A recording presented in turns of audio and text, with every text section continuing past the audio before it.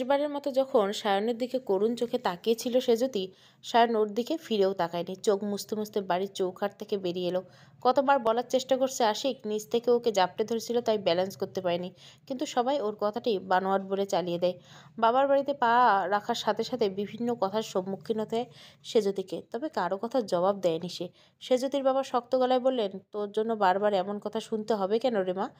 একটু বাপের মান ইজ্জত রাখবি না? কথাগুলো বলে তিনি সেজুতির মুখোমুখি হয়ে কেঁদে দিলেন। সেজুতি নিশ্চুপ হয়ে সোফায় বসে আছে, পায়ের আঙুলগুলো ভাঁজ করছে আবার সোজা করছে। চোখ দিয়ে টপ টপ করে পানি সেই আঙুলের ভাঁজে পড়ছে। কিছুক্ষণ পরে পা দিয়ে মুছে ফেললো পানি। এভাবে ক্রমাগত চলতে থাকলো। সেজুতির মা গম্ভীর হয়ে বললেন, কি হয়েছিল সেখানে? জবাবে সেজুতি কিছুই বলল না, চুপচাপ হয়ে বসে রইল। যাকে শোনানোর কথা সেই নিজে শুনল না, তাই এখন আর কিছু বলতে ইচ্ছে করছে না। তাছাড়া ফুপিয়ে ফুপিয়ে কীই বা বলবে এখন? সেজুতির ভাবি বাবার বাড়িতে গিয়েছে গতদিন, সে এসবের কিছুই জানে না। সেজুতির ভাইও সেখানে, তবে ওর কাকা ফুপুরা আছেন এই বাড়িতে, খুঁটিয়ে খুঁটিয়ে তারাই কথা শোনাচ্ছে, তবে সরাসরি কিছুই বলে না। সেজুতির ফুপু বললেন, শ্বশুরবাড়ি কত কিছু করে যে থাকা লাগে সেসব কিছুই তো দেখোনি। মেয়ে মানুষ সব কিছু সহ্য করা জানতে হয়, তাহলে স্বামীর ভাত খেতে পারে। ননদের কথা শুনে দাঁতে দাঁত চেপে রইলেন সেজুতির মা। সেজুতির বাবা বলল, তুই চুপ কর, আমার মেয়ের ভাতের অভাব নেই, যার জন্য সে বাড়িতে পড়ে থাকতে হবে। ভালো সম্বন্ধ পেয়েছি, বিয়ে দিয়েছিলাম, ভাতের অভাবে না। তখন তো ভালো মানুষ দেখেছিলাম, এমন মন মানসিকতা জানলে কখনোই মেয়েকে বিয়ে দিতাম না। সেজুতির মা বললেন, মানুষের মুখ দেখে সব কিছু বিচার করে গেলেই তো হতো। নিজের উপর এমন ঝড় গেল, তবুও বুঝলাম না এতটা দায়িত্বহীন মা কিভাবে হলাম আমি। কথাটি তিনি সেজুতির বাবা, ফুপু ও কাকাদের উদ্দেশ্য করে বললেন। তার কথা শুনে চুপ হয়ে যায় সেজুতির পরিবার।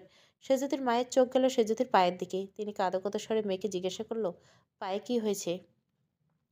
জবাবে সেজুতি নিম্ন স্বরে বলল, গরম ভাত পানি পড়েছে তাই। সেজুতির মা নিচু হয়ে পায়ের দিকে তাকিয়ে বলল, কিচ্ছু দিস নেই? সেজুতি ছোট্ট করে উত্তর দিল, না। সেজুতির কথা শুনে ওর মায়ের বুকে তোলপাল শুরু হলো। এবার সেজুতির শক্তভাবে বলল, পায়ে কিছু লাগাবে না, খবরদার কিছু দিতে আসবে না। সেদিন বিচার সভায় আমার একটা কথাও শোনাতে পারিনি তোমাদের কাউকে। সেদিন আমার দোষ ছিল, আজও আমার দোষ। সেজুতির কথায় চুপ হয়ে যায় সবাই। সেজুতি সেখানে এক মুহূর্ত না বসে রুমে চলে যায়। টানা একদিন না খেয়ে আছে সেজুতি। ওর মা কয়েকবার এসেছিল, কিন্তু সেজুতি কিছুই খায়নি। শরীর দুর্বল থাকাতে রাত 11টা বেজে 17 মিনিটে ঘুমিয়ে পড়ে। আজ মেয়ের পাশে সেজুতির মা শুয়ে আছেন। তিনি খাননি কিছু। ভাগ্য ভালো ছিল সেজুতির বাবা আগে খেয়েছিল, নাহলে তিনিও উপোস থাকতেন।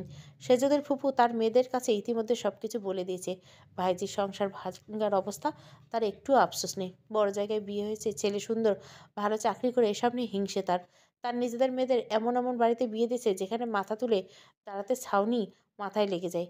আজ সমস্ত কাজ ওর মেজ বোন আর আনোয়ারা বেগম করেছেন। রাতে তারাই রান্না করে পরিবেশন করলো। সায়নকে ঘরের প্রত্যেকে ডেকেছে, তবে সায়ন খায়নি, না খেয়ে শুয়ে আছে। সেজুতির মতো সায়নও টানা একদিন না খেয়ে কাটলো। বিছানায় শুয়ে ছটফট করছে সায়ন। ওরও তো জানার কথা সেজুতিকে। আশিকের সাথে আর যাই করুক কখনো হাত তুলবে না সেজুতি, এটা জানা আছে। তাই আজকের এমন অবস্থায় সেজুতি স্বইচ্ছায় করতে পারে না।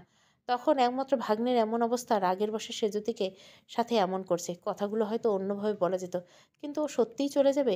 এখানে বা থাকবে কার কাছে? যার হাত ধরা সে নিজের হাতের বাঁধন খুলেছে, তাহলে থাকবে কেন? এসব ভেবে ঘুম আসছে না সায়নের। মন পোড়ায় তাই তড়িঘড়ি করে সেজুতির ফোনে ডায়াল করলো। রিং হচ্ছে, অথচ কেউ রিসিভ করছে না। বেশ কয়েকবার ডায়াল করার পরে যখন সেজুতির হদিশ মিলল না, তখন সেজুতির ভাবির কাছে ফোন কল দেয় সায়ন। এত রাতে সায়নের ফোন কল পেয়ে অবাক হয়ে যায় সেজুতির ভাবি। সেজুতির ভাই ভুরু কুঁচকে জিজ্ঞাসা দৃষ্টিতে তাকালো। সেজুতির ভাবি কিছু বলে না, সে ফোনে কথা বলছে। সায়ন চিন্তিত কণ্ঠস্বর দিয়ে বলল, এত রাতে বিরক্ত করার জন্য দুঃখিত। সেজুতি ফোন রিসিভ করতে বলবেন একটু? সায়নের কথা শুনে চমকে যায় ওটা সেজুতির ভাবি, চিন্তিত কণ্ঠস্বর নিয়ে বলে, সেজুতি তোমার কাছেই তো, ফোন রিসিভ দিয়ে কী করবা? সায়ন একটা দীর্ঘশ্বাস নিয়ে বলে, আপনি কোথায়? সেজুতির ভাবি ধীরভাবে বলে, আমাদের বাড়িতে। এরপর ছোট্ট একটা নিঃশ্বাস নিয়ে শায়ন বলল, ও ঠিক আছে, রাখছি, ভালো থাকবেন। সেজুতির ভাবি কিছুই বুঝল না। তার স্বামীকে বলল, সেজুতি ওদের বাড়িতে নেই, ঝামেলা হলো নাকি? মায়ের কাছে কল দাওতে। সেজুতির ভাই মায়ের কাছে ফোন কল দেওয়া মাত্র ওয়েটিং পায়, অপেক্ষার তর সইছে না। সেজুতির ভাই অস্থির হয়ে ওর মায়ের কাছে আবারও ফোন কল দেয়। ওর মা রিসিভ করা মাত্র সেজুতির ভাই উদ্বিগ্ন হয়ে বলে, কী হয়েছে? সেজুতি কোথায়? ফোন ওয়েটিং ছিল কেন? সেজুতির মা কাঁদো কাঁদো স্বরে সব কিছু বলল। সে রাতে সেজুতির ভাইয়ের ঘুম হয়নি। না ঘুমিয়ে সেজুতির ভাবি শুধু অপেক্ষায় ছিল কখন ভোর হবে। সকাল সকাল বেরিয়ে এসে দুজনে। সেজুতির ভাবি বাড়ি এসে বলে আসে সেজুতির ভাইয়ের অফিস থেকে কল আসছে, কাজের জন্য যেতে হবে। অফিসের বাহানা দেওয়া কোনো প্রশ্নের সম্মুখীন হতে হলো না। তবুও কয়েকবার তার মা বলেছিল এখান থেকেই তো যাওয়া যায়। সেজুতির ভাবি শান্তভাবে বলে, সব কাগজপত্র সে বাড়িতে, শুধু শুধু প্রশ্ন করে মাথা খারাপ করবা না। আজ কাজের বিধায় যেতে হচ্ছে, কোনো মেয়ে বাপের বাড়ি থেকে স্বইচ্ছায় যায় না। ভাবির কথা শুনে তার মা কপাল ভাঁজ করে বলল, সব মেয়ে আর তুই এক না, সারাক্ষণ তোর শ্বশুর বাড়ি নিয়েই থাকো। মায়ের কথা শুনে সেজুতির ভাবি বলল, যেখানে আমার শ্বশুর বাড়ি ভালো আছে তাহলে সেটা নিয়েই তো পড়ে থাকবো। মেয়েদের বিয়ের পর শ্বশুর বাড়ি সব কিছু, এমনকি সেখানে নিজের বাড়ি থেকে শান্তিতে থাকে। তাছাড়া এটা মনে রেখো, যে বইয়ের মা যত চালাক তার কপালে জুটবে তালাক। সবার ক্ষেত্রে অতিরিক্ত চালাকি ভালো না। মেয়ের কথা শুনে মুখ দেখার মতো হয় রোশনারা বেগমের। হাসি মুখে মেয়েকে বিদায় দিয়ে ঘরে এসে বিড়বিড় করতে থাকলো। সকালে মোবাইল হাতে নিয়ে চমকে যায় সেজতি। অনেকগুলো ফোন কল সায়নের। এবারে সমস্ত আবেগ এসে বাধা ভাবে সেজতির মনে। গতকাল মারল, কিছু শুনল না, আবার কল দিয়েছে কেন? তাও এতগুলো, নিশ্চয় খোঁজ নিতে এতগুলো ফোন কল দিয়েছে। বেঁচে আছি নাকি মরে গেছি, এসব ভেবে চোখ দিয়ে পানি ঝরছে। সে যদি কল ব্যাক করলো না। ইতিমধ্যে ওর ভাই ভাবি চলে এসেছে। ওর ভাই ভাবির মাথায় হাত রেখে বলল, কার কি দোষ জানি না, শুধু এটুকু জানি আমার বোন কখনো দোষ করতে পারে না। সবার পাপকর্মের জবাব দেওয়ার দোষ মাথায় ভর করে। ভাইয়ের কথা শুনে চুপচাপ থাকে সেজুতি। পায়ের অবস্থা দেখে সেজুতির ভাবির বুক ধরপড় করে ওঠে। সেজুতি বাধা দিল, শোনেননি তিনি। মলম এনে ওর পায়ে লাগিয়ে দেয়। যন্ত্রণায় ছটপট করে ওঠে সেজুতি। সেজুতির ভাই শক্ত গলায় ওর বাবাকে বলল, যে মানুষ বাইরের বিচার করতে পারে সে কখনোই ঘরের বিচার করতে পারে না। আজ হলো তার প্রমাণ। ছেলের কথা শুনে চুপ হয়ে যায় সেজুতির বাবা। সেজুতির ভাই বলে, এত নিখুঁত বিচার করেন আপনি, যার জন্য মেয়ের অবস্থা। আমি কতবার বলছি ওই বাড়িতে একটা হেস্তনেস্ত করতে হবে, আপনি কি বলেছিলেন? হ্যাঁ, সে যদি মুখে মুখে তর্ক করার সময় এমন হয়েছে, এমনকি মাকেও কথা শোনাতে ছাড়েনি। মায়ের মতো গড়ে তুলছে মেয়েকে। আপনি বাবা?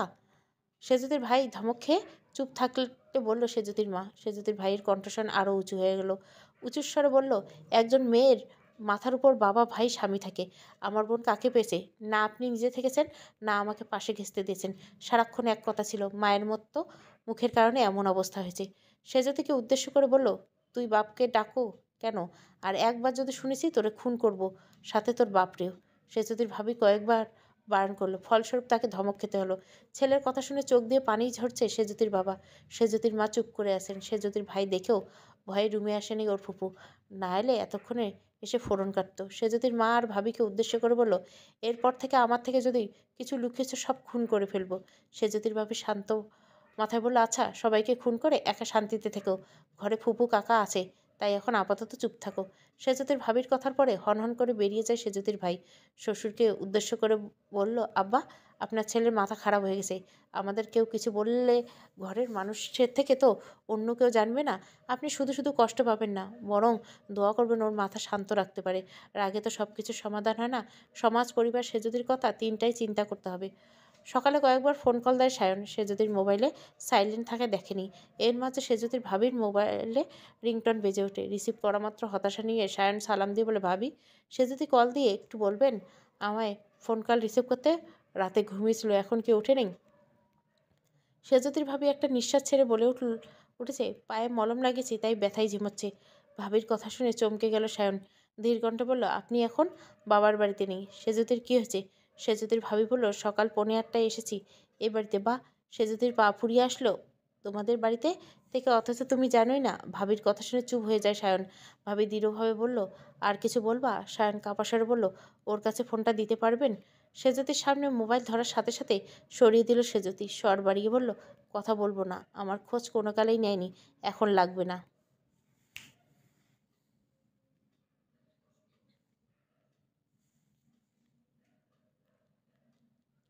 সেজুতি কথাগুলো স্পষ্ট শুনতে পায় সায়ন, তবে সেজুতির কথা বলেনি ফোনে। সায়ন ব্যাকুল হয়েছিল সেজুতির সাথে কথা বলবে, তাই সেজুতি কোনো পরোয়া করেনি। এক বুক হতাশা নিয়ে বিছানায় বসে আছে সায়ন। সকালে আনোয়ারা বেগম আসলেন ছেলের খোঁজ নিতে। এসে দেখেন সায়ন চিন্তিত হয়ে বসে আছে। তিনি জিজ্ঞাসা করলেন, খাবি না বাবা? জবাবে সায়ন বলল, না। আনোয়ারা বেগম জোর করাতে চেঁচিয়ে উঠল সায়ন। কণ্ঠস্বর বলল, সারাক্ষণ কানের কাছে ঘ্যান ঘ্যান করো না তো। বলছি খাবো না তো খাবোই না, এত কথার কি আছে? সায়নের রাগান্বিত স্বর দেখে চলে গেলেন আনোয়ারা বেগম। সায়ন জোরে নিঃশ্বাস নিয়ে বসে রইলেন নিজ স্থানে। আজকে অফিস যাওয়া হলো না। সায়ন বসে বস ওয়ার্নিং দিয়েছে, এভাবে চলতে থাকলে চাকরির সমস্যা এবং এ মাসে বেতন থেকে টাকা কাটা যাবে। পরপর কয়েকদিন ছুটি নেওয়া হয়েছে, যা চাকরির জন্য ঝুঁকিপূর্ণ। উত্তরে থাই গ্লাস খুলে বাইরে তাকালো সায়ন। সবকিছু থমথমে পরিবেশ মনে। রুমের মধ্যে নীরবতা। দীর্ঘশ্বাস নিয়ে আবারও মোবাইল হাতে নিল। সেজুতিকে পরপর 3বার ফোন কল দিল, তবে সেজুতির কোনো হদিশ পেল না। এভাবে লাগাতার ফোনে মেসেজ দিল, কোনো রিপ্লাই নেই। সায়ন ভালোভাবে বুঝে গেছে তার অভিমানী অভিমান করে আছে, থাকবেই তো অভিমান করে। রাগের মাথায় ওর গায়ে হাত তুললো, এমনকি কত কথা শুনিয়ে দিল। মেয়েটিকে দিকে ভালোভাবে তাকালোই না, বরং অপমান করলো। শেষবার যখন বাড়ি থেকে বের হবে তখন করুণ চোখে তাকিয়েছিল সায়নের দিকে, কিন্তু সায়ন একবারের জন্য বাধা দেয়নি। এতদিনের সমস্ত রাগ এসে হঠাৎ গতকালে মাথায় বেঁধেছিল। হয়তো সবার উপর রাগটা সায়নের মাথায় এসে ভর করে। তাছাড়া একমাত্র ভাগ্নে তার মামার বাড়িতে এসে যদি এমন হয়, যদি বাচ্চাটার কিছু হয়ে যেত, তখন কি জবাব দিত? সব কিছু তালগোল পাকিয়ে যায় সায়নের। তার মধ্যে ওর বোনদের নালিশ তো ছিল, সাথে আনোয়ারা বেগমের। সেই মুহূর্তে সব কিছু ভুল সঠিক যাচাই করা অবস্থাতে ছিল না সায়ন। শুধুমাত্র জানতো ভাগ্নের মৃত্যুর মুখ পর্যন্ত গিয়ে আবার ফিরে এসেছে। এর কারণ উপলক্ষে সেজুদিকে বকাঝকা দেয়। ঠান্ডা মাথা হওয়ার পরে সব কিছু আশেপাশে ঘুরল সায়ন। ও সেজুতি কখনোই কারো ক্ষতি করবে না। তাছাড়া আশিককে কতটা ভালোবাসে সেজুতি, এ বাড়িতে আসলে ওর দায়িত্ব সেজুতি কাঁধে তুলে নেয়। সব কিছু মাথায় ঘুরছে সায়নের। সে তড়িঘড়ি করে সেজুতির ফোন কল দেয়, কিন্তু যা হওয়ার তাই হলো। জুতো মেরে গরুদান করলে সেই গরুর লেজবাড়ি খেতেই হয়। মিনিটের পর মিনিট অপেক্ষা করার পরেও সেজুতির হদিশ নেই। না বলছে ফোনে কথা, শুধু অপর পাশের মানুষটির থেকে একটাই কথা শুনছে, কথা বলবে না। কোনো কালেই খোঁজ নেয়নি, তাই এখনও খোঁজ লাগবে না। এই কথাটি শোনার পরে সায়নের বুক শীতল হয়ে যায়। রাগে যেন রক স্পষ্ট হয়ে গেছে। এবারে রক কেটে যায়, মনে হয় রক্ত চলাচল বন্ধ হয়ে যাবে। খাটে মাথা ঠেকিয়ে বসে আছে সেজুতি, একের পর এক মেসেজগুলো দেখছে। সায়নের ফোন কলগুলো ওর হাতে থাকা মোবাইল অবস্থায় বাজছিল, তবে সেজুতি শুধু নামের দিকে তাকিয়েছিল, ফোন কল রিসিভ করেনি। শেষবার যখন মেসেজ দেওয়া বন্ধ হয়ে করে ফোন কল দিয়েছিল, না চাইলে রিসিভ হয়ে যায়। সায়ন হ্যালো হ্যালো করে যাচ্ছে, সে যদি নিশ্চুপ হয়ে আসে। সায়ন কয়েক সেকেন্ড চুপ থেকে বলল, কথা বলবে না? রাগের মাথায় মানুষ কত কিছু করে ফেলে, তা মনে গেঁথে রাখবে?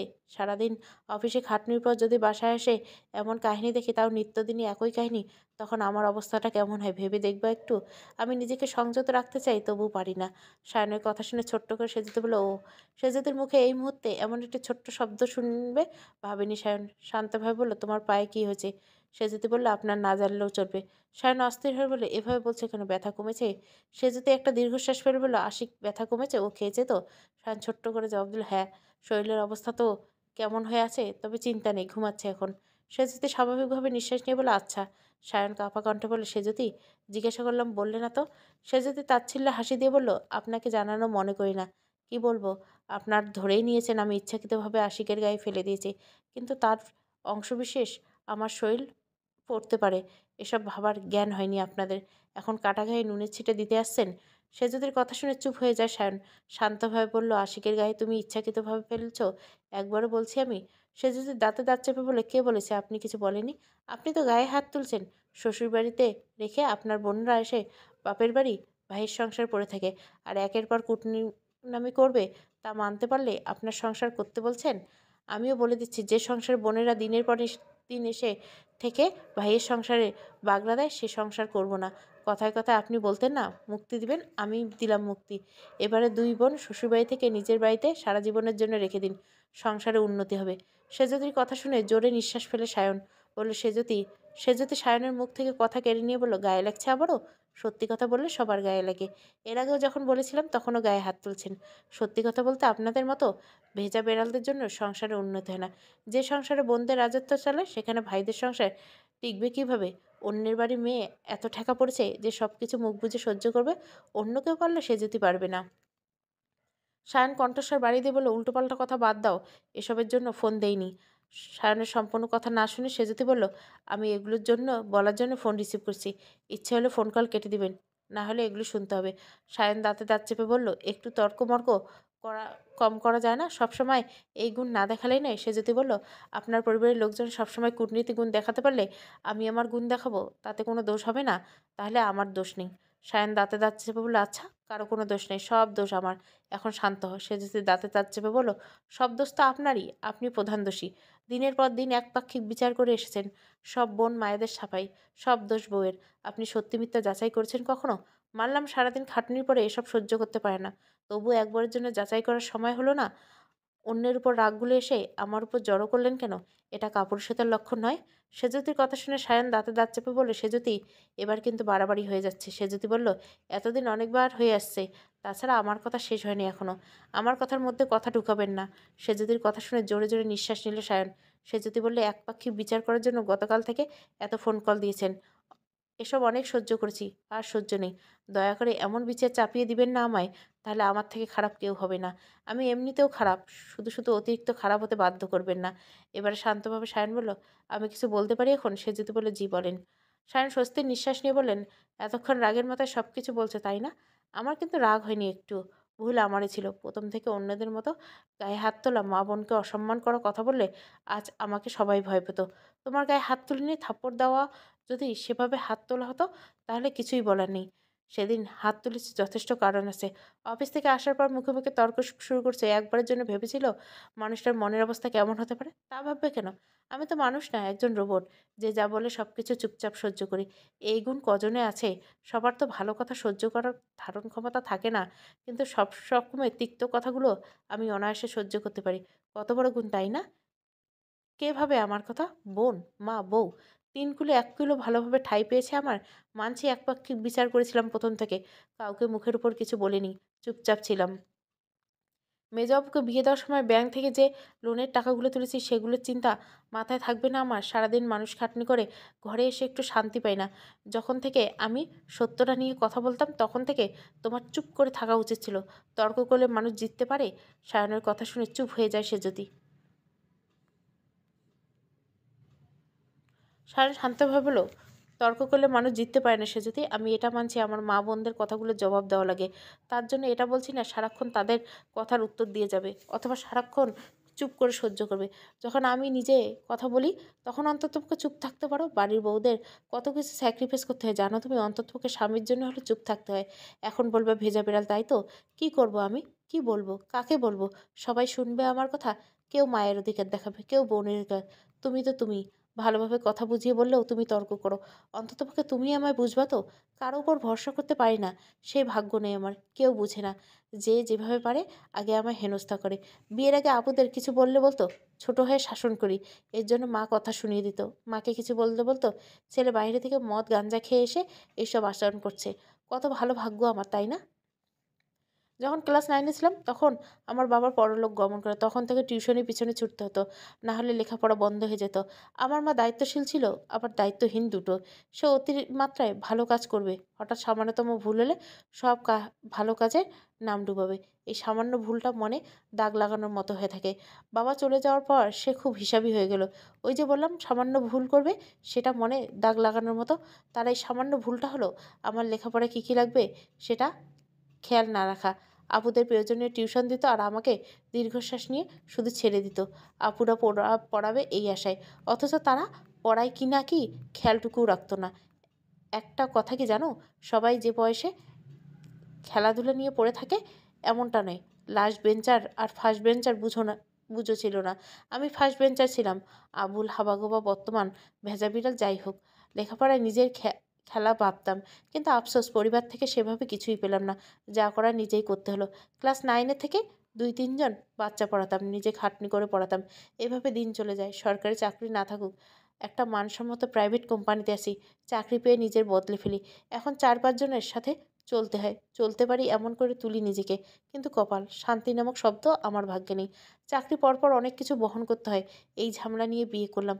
বিয়ের 1 সপ্তাহ পর থেকে ঘরে ঝামেলা শুরু হলো। কেউ প্রমাণস্বরূপ সব কিছু সামনে দিত, যার জন্য সত্যি মিথ্যা যাচাই করতাম না। তাছাড়া চাকরি, মাথার চিন্তা সব কিছু মিলিয়ে তালগোল পাকিয়ে থাকতো সারাক্ষণ। তখন প্রমাণের সত্য মিথ্যা যাচাই করার সুযোগ পেতাম না। আমি জানি আমার পরিবারের সবার দোষ। তবুও কেউ যদি প্রমাণ ধরিয়ে দেয় তাহলে দোষ চোখে পড়বে না? এমন সাধু মানুষ কয়জন আছে যে সব কিছুর প্রমাণ পেয়েও রাগ না করে থাকবে? তখন তোমাকে শুধু চুপ থাকতে বললাম, তুমি কি করতা? মুখের উপর জবাব দিয়ে দিতা। এই নিয়ে সকালে কথা কাটাকাটি না খেয়ে যাওয়া, আর মায়ের সাথে তোমার তর্ক শুরু। এভাবে দিন চলে। এখন তোমার যা ইচ্ছে তুমি করতে পারো। আমার মা আর বোনকে আমি বলে দিব ঠিক হতে। যদি কারো পরিবর্তন না দেখি তাহলে আমি কিছু একটা করে ফেলবো। এত ঝামেলা আমার ভালো লাগে না। সায়নের কথা শুনে নিশ্চুপ হয়ে যায় সেজুতি। সায়ন দীর্ঘশ্বাস ফেলে বলে, খেয়েছো সকাল থেকে? সেজুতি নিশ্চুপ। সায়ন বলল, বেশি বলে ফেলছি আমি। এসব মাথা থেকে ঝেড়ে ফেলো। শুধু নিজের মনের বোঝা খালি করলাম।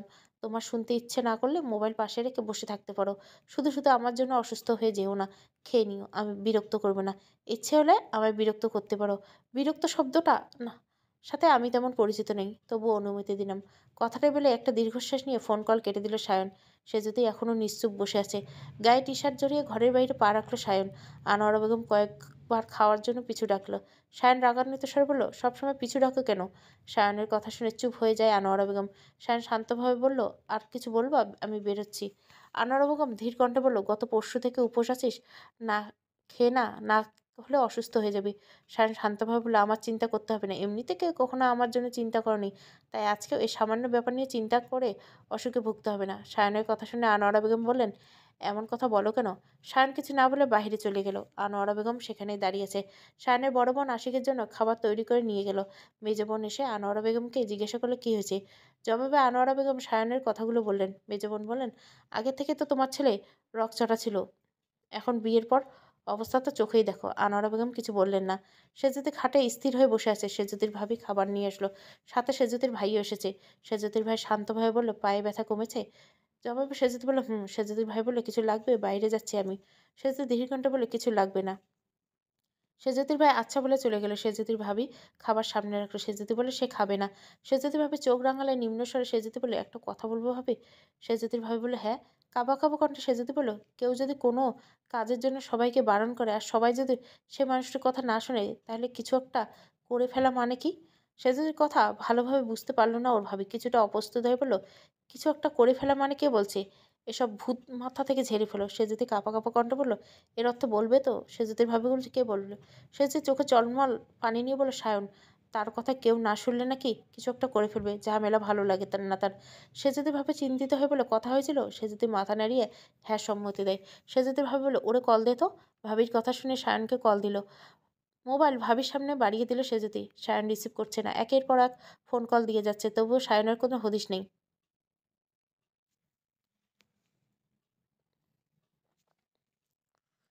এবারে চিন্তা হয়ে যায় দুজনের। আশিক সারা ঘরে সেজুতিকে খুঁজছে। ওর মা ধমক দিয়ে বলল, এখন কি সম্পূর্ণ পুড়তে চাও? মায়ের ধমক শুনে আশিক কাঁদো কাঁদো সরে বলল, মামি যাব। আনোয়ারা বেগম আশিকের আঁচলের কাছে নিয়ে বলল, যেতে হবে না। তোমার মামি নাই? নানা ভাই? আনোয়ারা বেগমের কথা শুনে ঠোঁট বাঁকিয়ে কেঁদে দেয় আশিক। আশিকের বাবা ছেলেকে ডেকে তার কাছে নিয়ে গেল। শান্তভাবে ছেলের মাথায় হাত বুলিয়ে দিয়ে বলল, রান্নাঘরে গিয়েছিলে কেন? আশিক ওর বাবার দিকে তাকিয়ে বলল, মামির কাছে। আশিকের বাবা বলল, তারপর?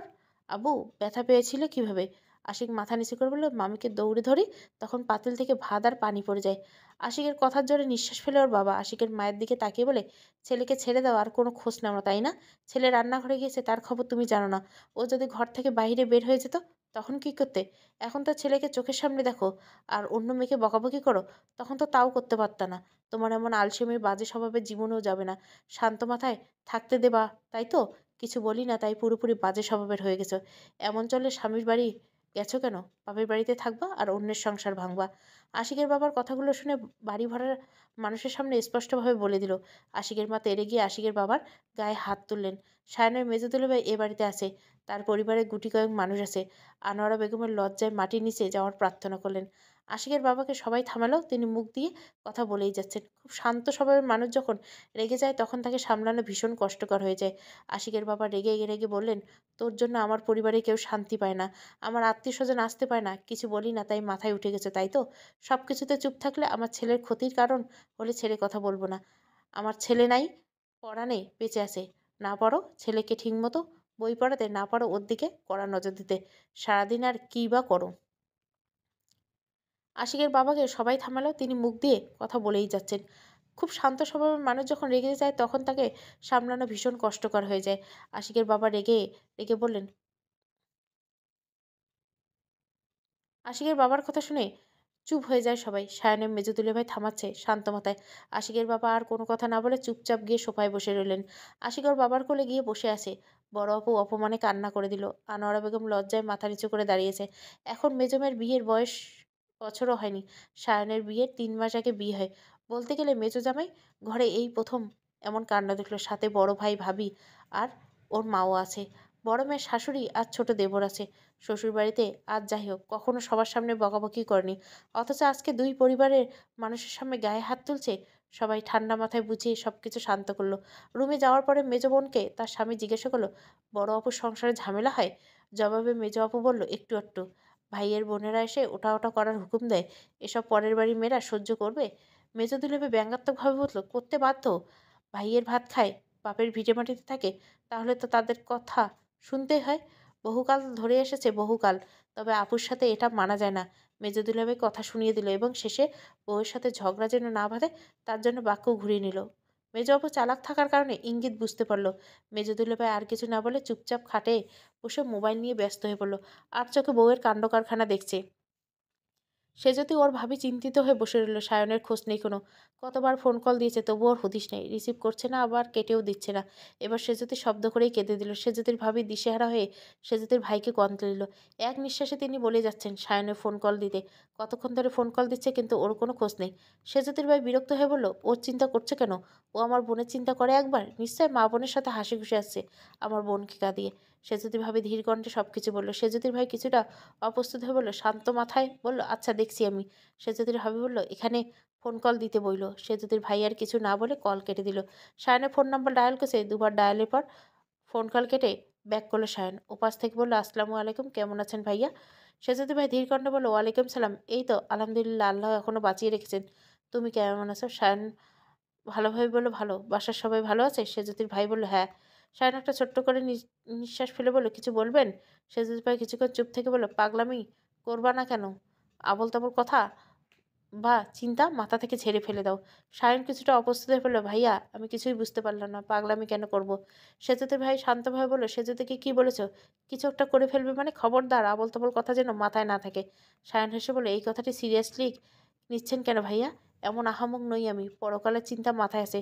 পৃথিবীতে থেকে একের পর এক পাপ করে যাচ্ছি, সেগুলোর ভারে থাকতে পারছি না। আর এমন কিছু করলে পরকালে কিভাবে থাকবো? জাহান্নামেও জায়গা হবে না। সেতুতির ভাই কিছুক্ষণ চুপ থেকে বলল, সেজুতির কাছে ফোন দাও। এর আগে কি হয়েছে না হয়েছে মনে রাখছি না, একবারের জন্য মাফ করে দিলাম। এরপরে কিন্তু আমার থেকে কেউ খারাপ হবে না। ভেবো না আমি দয়ার সাগর। মেয়েদের বিয়ে তো একজনের কাছ থেকে অন্য একজনের কাছে দেওয়া যায় না। যে সংসারে যদি এর থেকে ভয়াবহ হয়, তাই বর্তমানকে শুধরে নিতে হবে। সায়ন নিশ্চুপ। সেজুতির ভাই বলল, কোথায় আছে এখন? সায়ন ধীন কণ্ঠে বলল, শিয়া মসজিদ রোডে। সেজুতির ভাই বলল, তা ক্যাফেরিওর ওদিকে আসতে পারো? সায়ন কিছুক্ষণ চুপ থেকে সম্মতি দিল। সেজুতির ভাই তা ক্যাফেরিওর কাছে অপেক্ষা করছে সায়নের। শায়ন গাড়ি উঠে সেজুতিকে ফোন কল দিল। সেজুতি রিসিভ করে কথা বলছে না। শায়ন বারবার ওর নাম ধরে ডেকে যাচ্ছে। সেজুতির ভাবে ছোট্ট একটা স্বস্তির নিঃশ্বাস দিয়ে রুম থেকে বেরিয়ে আসলো। সেজুতি কথা বলতে না দেখে শায়ন শান্তভাবে বলল, রাখছি তাহলে। সেজুতি কিছু না বলে ফোন কল কেটে দিল। শায়ন মৃদু হাসছে। সেজুতির ভাইয়ের কাছে যাওয়ার পরে সে কিছুক্ষণ শায়নের দিকে তাকিয়ে রইল।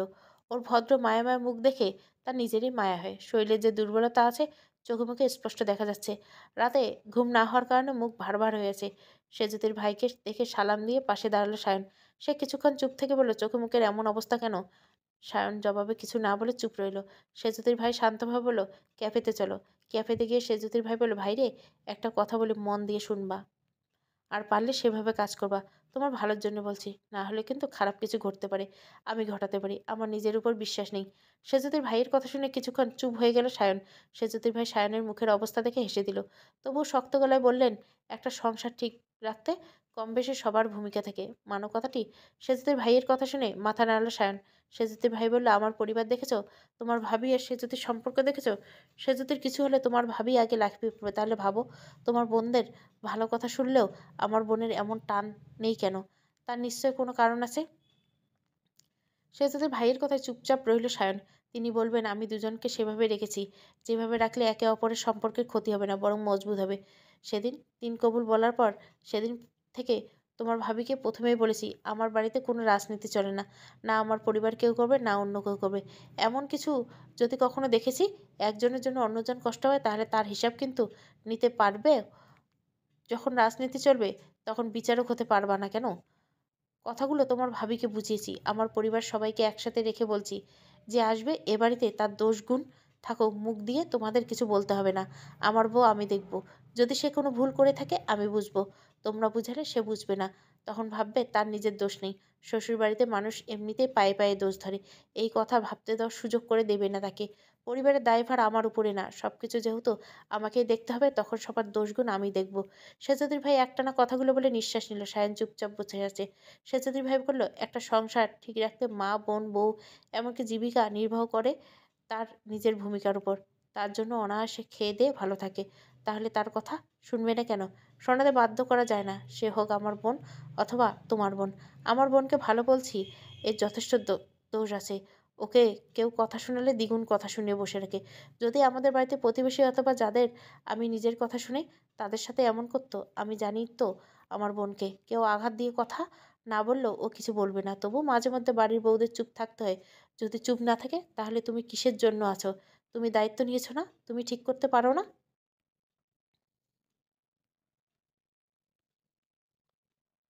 সে যদি ভাইয়ের কথা শুনে নিশ্চুপ হয়ে বসে থাকে সায়ন। সে যদি ভাইয়ের থামার নাম নেই। সে বলতেই থাকে। কয়েকটি ঘন ঘন নিঃশ্বাস ফেলে বলে, শোনো সায়ন, তোমাকে ছোট ভাইয়ের মতো ভাবি। তাছাড়া আমার বোনের জন্য হলেও তোমার চিন্তা করতে হয়। আমি অন্য কিছু বলবো না, সেটা তোমার ব্যক্তিগত ব্যাপার। আশা করি তুমি ঠিক করবে সব কিছু। কিসের ভালো, কিসের মন্দ জানার সব। এমন নয় তুমি অবশ্য সব কিছুই বুঝো, সত্য মিথ্যা বুঝো। না বুঝলেও এখন থেকে বুঝতে হবে। যদি তোমার বোনের সাথে সংসার করতে চাও তাহলে বুঝতে হবে। কেউ অকারণে আমার বোনের দোষ বলে বেড়াবে, সেটা আমি মানব না। না আমার বোন সহ্য করবে। আর আমি আগামাথায় থাকতে চাই, তাহলে সব সম্পর্কে ইতি টানতে হবে। আমার বোন তোমার সংসারে যাবে না। তাছাড়া বিয়ের পর যে মেয়েরা বাবার বাড়িতে থাকবে সেটাও হতে দেবো না।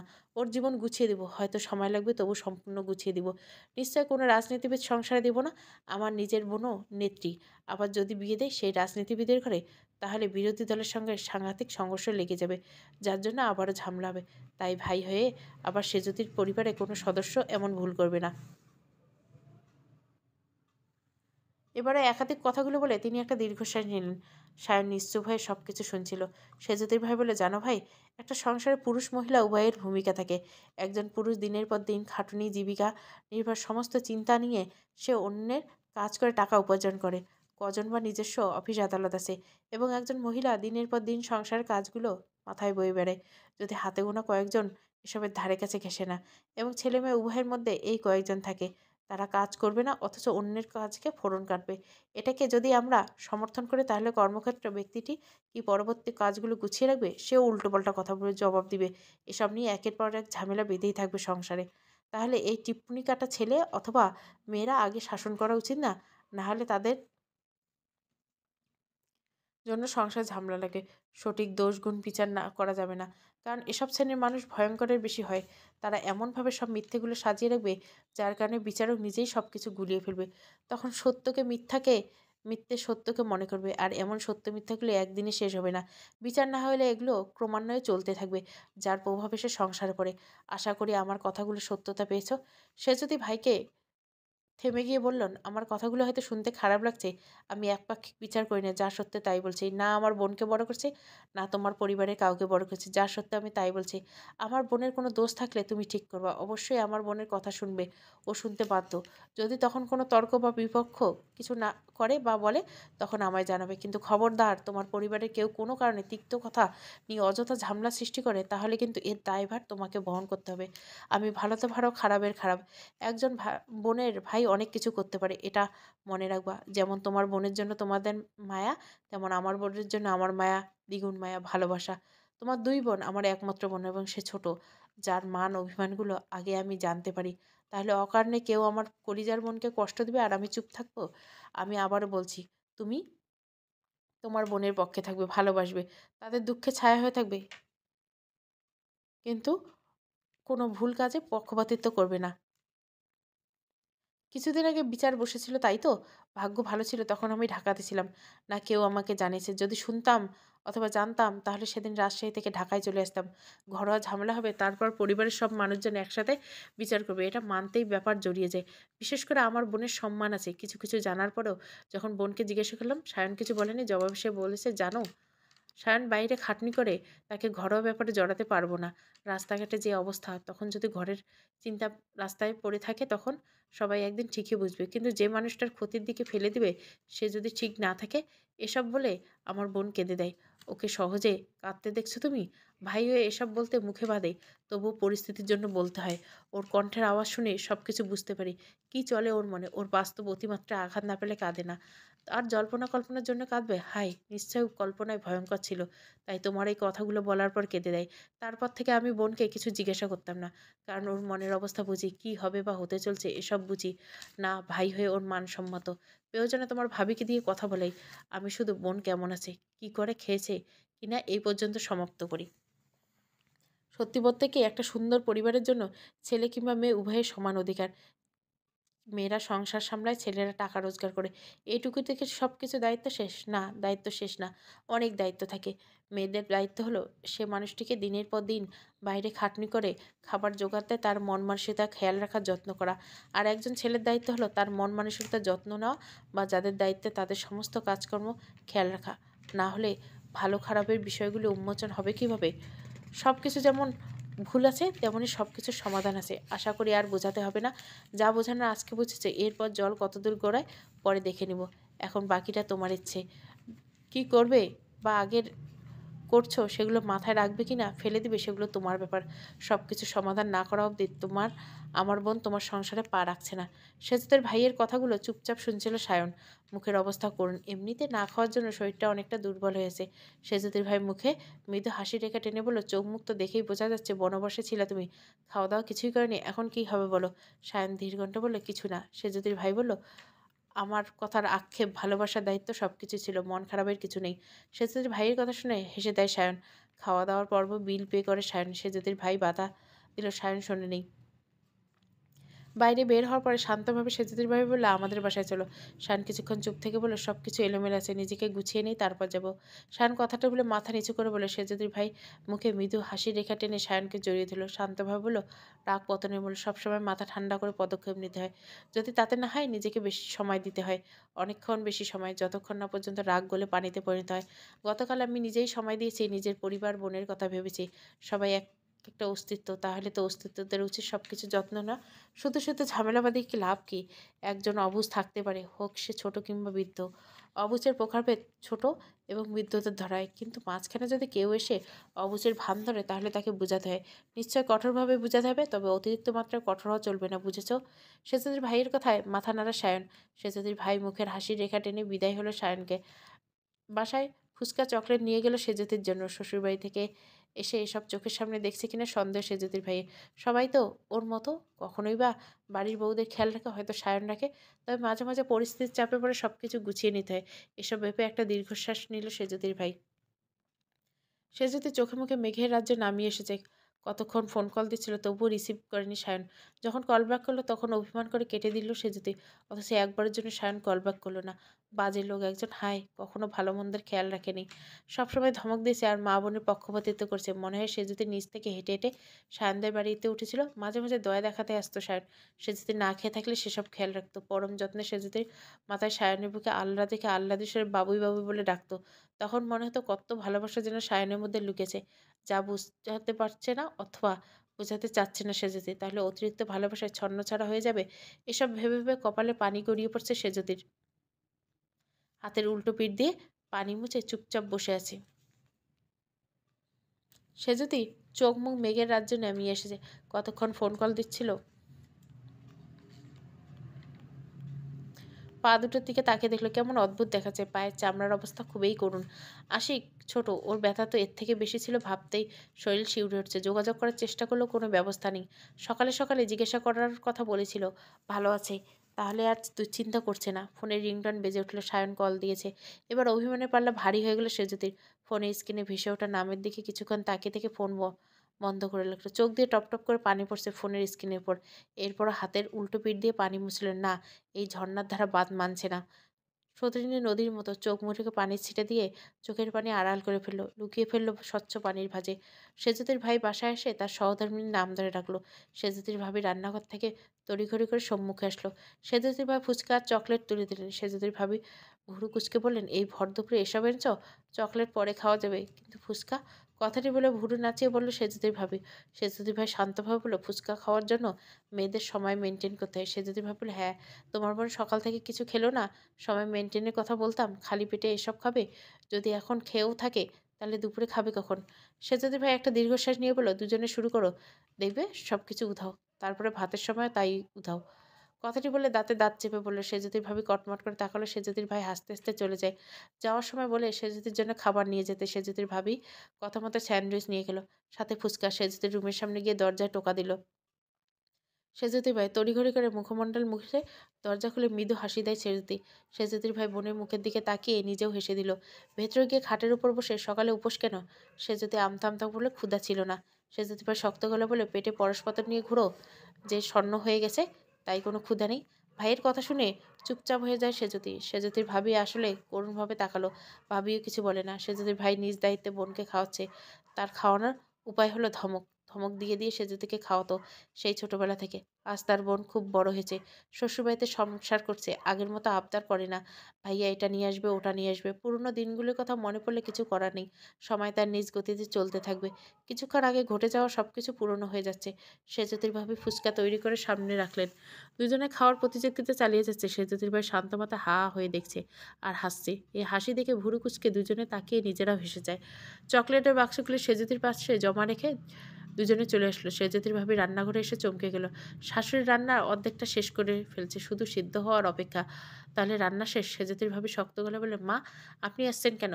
সেজদির মা মৃদু হেসে বলল, শুয়ে বসে দিন কাটে, মাঝে মাঝে একটু একটু রাঁধতে হয়। তাছাড়া সেজদি এসেছে, কতদিন নিজের হাতে রান্না খাওয়াই না। সেজদির ভাবি হেসে বলল, হয়েছে, বাহানা খুঁজতে হবে না, আমি দেখে নিচ্ছি। ছেলের বউয়ের সাথে কথায় কাজে না পেরে চুপচাপ চলে আসে সেজদির মা। বাড়িতে গিয়ে ঘরের পরিবেশে পুরো থতমত খেয়ে অবাক হয়ে যায় সায়ন। হই হুল্লোড় ছাড়া খুব কম করছে। আজকে সবাই পিনপতন নিরাপত্তা, সায়ন চুপচাপ যাচ্ছিল। আনোয়ারা বেগম ডেকে বলল, বাবা খেয়ে নে, উপোস থাকলে শরীর খারাপ হয়। সায়ন ছোট্ট করে বলে, খেয়েছি। আনোয়ারা বেগম অবাক হয়ে বলল, কোথায়? সায়ন বলে, রেস্টুরেন্ট ছাড়া আর কোথায় খাবো? সায়নের কথা শুনে আনোয়ারা বেগম আর কিছু বললেন না। সায়ন বিরক্তিকর একটা ভাব নিয়ে রুমে চলে গেল। বারবার সে যদি ফোনে কল দিচ্ছে, বারবার সুইচ অফ। একটা দীর্ঘশ্বাস নিয়ে বিছানায় গা এলিয়ে দিল। কিছুক্ষণ পরে আবারও সে যদি ফোন দিল। এবার আগের মতো হাড়ে হাড়ে শিক্ষা পাচ্ছে, অকারণে বউয়ের গায়ে হাত তুলে যা হয় আর কি। সেজদির ফোনে কয়েকটা মেসেজ দিল। মনে মনে ঠিকই ভেবে নিয়েছে রিপ্লাই পাবে না সে মেসেজের, তবুও আশা ছাড়ছে না। খুব শীঘ্রই সব কিছু সামলাতে হবে, তারপর সেজদিকে নিয়ে আসতে হবে। নাহলে কোন মুখ নিয়ে ওর পরিবারের কাছে দাঁড়াবে? সেজদির সামনে কিভাবে দাঁড়াবে? প্রথম থেকে সব কিছু যাচাই করতো, তাহলে হয়তো আজ সেজদির পরিবারের মতোই সব কিছু ঠিক থাকতো, সবাই একসাথে মিলেমিশে থাকতো। কিন্তু ভাগ্যের লিখন না যায় খণ্ডানো, এই প্রবাদ মনে প্রাণে মানছে সায়ন। ওর কপালে যা আছে তাই আছে, এখনও ওর কপালে যা লেখা আছে তাই হবে, হোক ভালো কিংবা মন্দ। চোখ বন্ধ করে ঠোঁট চেপে নাক দিয়ে জোরালো নিঃশ্বাস নিল। কপালে পানি বয়ে যাচ্ছে ঝর্ণার মতো। বন্ধ চোখ দিয়ে অনায়াসে পানি ঝরছে, কোনো বাধাই দিচ্ছে না। বোবা কান্না যে খুব কঠিন ব্যাপার, যে কাঁদে সে বুঝে। দম বন্ধ হওয়ার উপক্রম, তবুও থামে না, যতক্ষণ না পর্যন্ত কান্না করতে থাকে। সায়ন একটা দীর্ঘশ্বাস নিয়ে উঠে বসলো। ছোট্ট থেকে কাঁদেনি, এখন বড় হয়ে কাঁদবে। যতই মনকে বোঝাচ্ছে, ততই বোবা কান্না ক্রমশ বেড়ে যাচ্ছে। জীবনে শান্তি নামক কিছুই নেই, না হলে ওর কাছে এসে ধরা দিত এতদিনে। নিজ পরিবারের মানুষের জন্য যদি এমন অশান্তি লেগে থাকে, তাহলে শান্তি নামক শব্দটি দেখা মিলবে কিভাবে? সমস্ত মাথাটা ভার হয়ে আসছে। 50 কেজি চালের দুটো বস্তা ওর মাথায় দিয়ে বসে আছে, তড়িঘড়ি করে গোসল করে এই আশায় যে মাথাটা ব্যথা চলে যায়। নিজের রুমে চুপচাপ শুয়ে আছে সায়ন। দুলাভাই, বোন, আরোরা বেগম সবাই ডেকে গিয়েছে এক এক করে। কারো কথায় গায়ে মাখেনি সায়ন, চুপচাপ চোখ বন্ধ করে আছে। আনোয়ারা বেগম আর সায়নের পাশে বলল, তুই অসুস্থ হয়ে যাবি বাবা। সায়ন চোখ খুলে দাঁতে দাঁত চেপে বলল, আমার চিন্তা করছো? তাও তুমি, অথবা তোমরা, কাউকে তো দেখিনি। আনোয়ারা বেগম বললেন, এমন কথা বলছিস কেন? সায়ন দাঁতে দাঁত চেপে, কি বলছে? ঘরে মেহমান আছে, তাই দয়া করে এখান থেকে চলে যাও।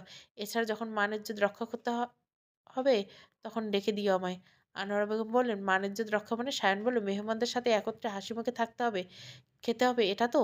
যখন গোছানো হবে তখন ডেকে দিয়ে চলে যাও, কিন্তু আপাতত একটু শান্তি দাও। আনোয়ারা বেগম ভালো মন্দ কিছু না বলে চুপচাপ বেরিয়ে যায়। সায়ন একটা নিঃশ্বাস নিয়ে চোখ বন্ধ করে শুয়ে রইলেন। আশিক চুপচাপ এসে সায়নের পাশে বসে রইল সেদিনের মতো। আজকে ভয় পেয়েছে। গতকাল সেজুতিকে থাপ্পড় দেওয়াটা নিজ চোখে দেখেছে। আজকে ওর মাকে ওর বাবা মেরেছে, এটাও দেখেছে। বাচ্চা ছেলে, এসব এত সহজে নিতে পারে না। সায়ন কারো চোখ খুলে আছে। ওর পাশে চুপচাপ বসে আছে আশিক। শান্তভাবে বলে, ব্যথা কমেছে মামা? জবাবে আশিক মাথা নাড়ালো। সায়ন ধীর কণ্ঠে বলল, সারাক্ষণ দুষ্টুমি করো, এখন কেমন দাও? দুষ্টুমি করলে ব্যথা পাওয়া যায়। আশিক কণ্ঠ ছোট করে বলল, তুমি রাগ করো না মামা, এর জন্য আজকে মামিও চলে গেছে। আশিকের কথা শুনে চুপ হয়ে যায় সায়ন। আশিক চুপচাপ বসে আছে। সায়ন আংশিক কোলে বসে প্রসঙ্গ পাল্টে বলে, খেয়েছো? আশিক মাথা নেড়ে হ্যাঁ বলল। সায়ন শান্তভাবে জিজ্ঞেস করলো, মন খারাপ? আশিক বলল, আজকে আব্বু আর আম্মু মারামারি করছে। আশিকের কথা শুনে হকচকিয়ে গেল সায়ন। তড়িঘড়ি করে নিজেকে করলো, তুমি দুষ্টুমি করছো? আশিক মন খারাপ করলো, আমি কিছুই করিনি, তবু আমার জন্য ঝগড়া করছে তারা। আশিকের কথা শুনে সায়ন চুপ হয়ে গেল। এই ভরা বাড়িতে এমন কাণ্ড, মান ইজ্জত হয়তো কিছুই থাকবে না। আশিক বলল, মামি কবে আসবে? এবারও আশিকের কথা চুপ হয়ে যায় সায়ন।